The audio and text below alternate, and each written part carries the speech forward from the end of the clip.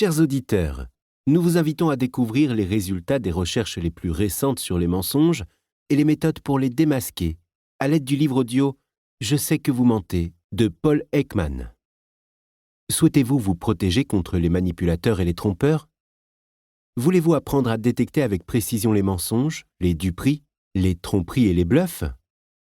Aimeriez-vous apprendre à lire les émotions sur le visage des autres? Tout cela est possible avec ce guide pratique et illustré. Je sais que vous mentez est un classique de la détection du mensonge. Donc, ce livre audio vous donne la possibilité de devenir aussi compétent qu'un agent des services secrets en reconnaissant les mots, les émotions, les intonations, les gestes et les micro-expressions que les menteurs et les manipulateurs font sans le savoir. Explorez le côté obscur de la nature humaine avant qu'il ne soit trop tard. Ne perdez pas de temps et suivez les conseils de ce manuel afin de vous protéger de la terrible tromperie.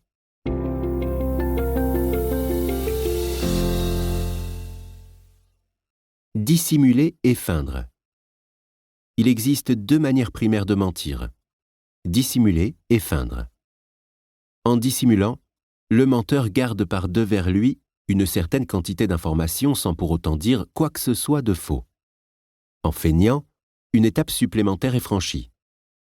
Non seulement le menteur garde des informations vraies, mais il fait semblant et présente comme vraies des informations fausses.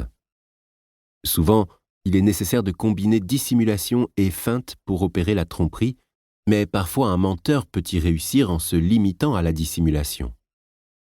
Tout le monde ne considère pas la dissimulation comme du mensonge. Certains réservent ce mot uniquement pour l'acte plus audacieux de feinte.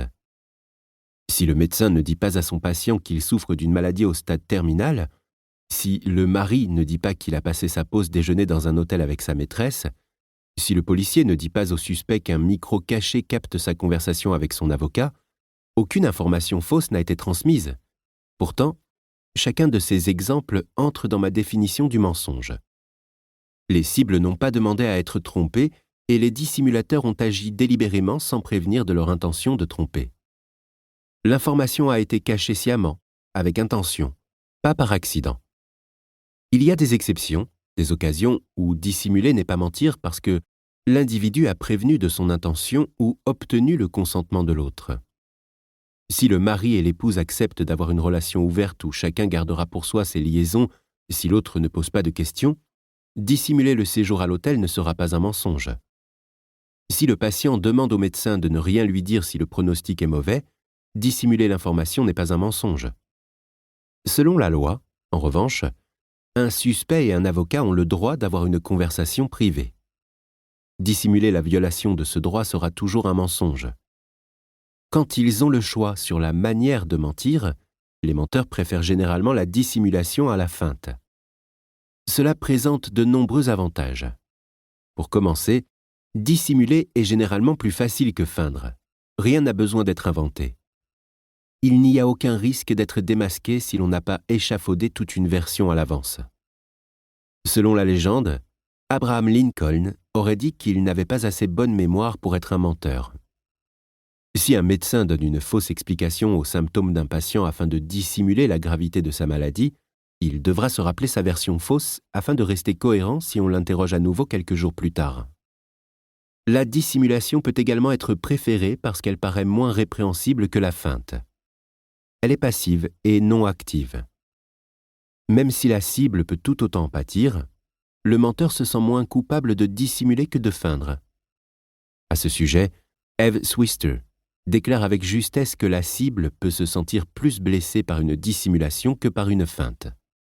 Elle ne peut se plaindre qu'on lui a menti et avoir ainsi l'impression que son adversaire est passé à travers les mailles d'un filet légal.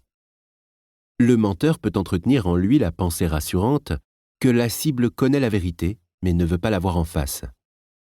Un menteur de ce type peut se dire « Ma conjointe doit savoir que je la trompe parce qu'elle ne me demande jamais où je passe mes après-midi.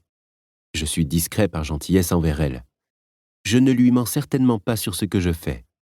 Je choisis de ne pas l'humilier, de ne pas la forcer à reconnaître le fait accompli. » Le mensonge par dissimulation est également plus facile à couvrir s'il est percé à jour.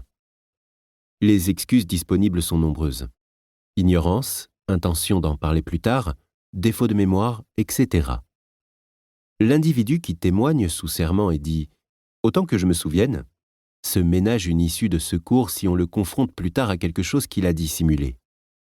Le menteur qui prétend ne pas se rappeler alors qu'il se souvient et dissimule délibérément est d'un type intermédiaire entre dissimulation et feinte. Cela se produit quand le menteur ne peut tout bonnement plus se taire. Une question a été posée, un défi lancé. En feignant seulement l'impossibilité de se souvenir, le menteur évite d'avoir à se rappeler une version fausse. Il a juste besoin de se rappeler avoir prétendu que sa mémoire était mauvaise. Et, si la vérité se fait jour plus tard, le menteur peut toujours arguer ne pas avoir menti, mais avoir simplement eu des problèmes de mémoire. Pour continuer à écouter ce livre audio gratuitement, cliquez sur le lien dans la description et vous pourrez l'écouter en entier sans frais grâce à l'essai de 30 jours d'Audible.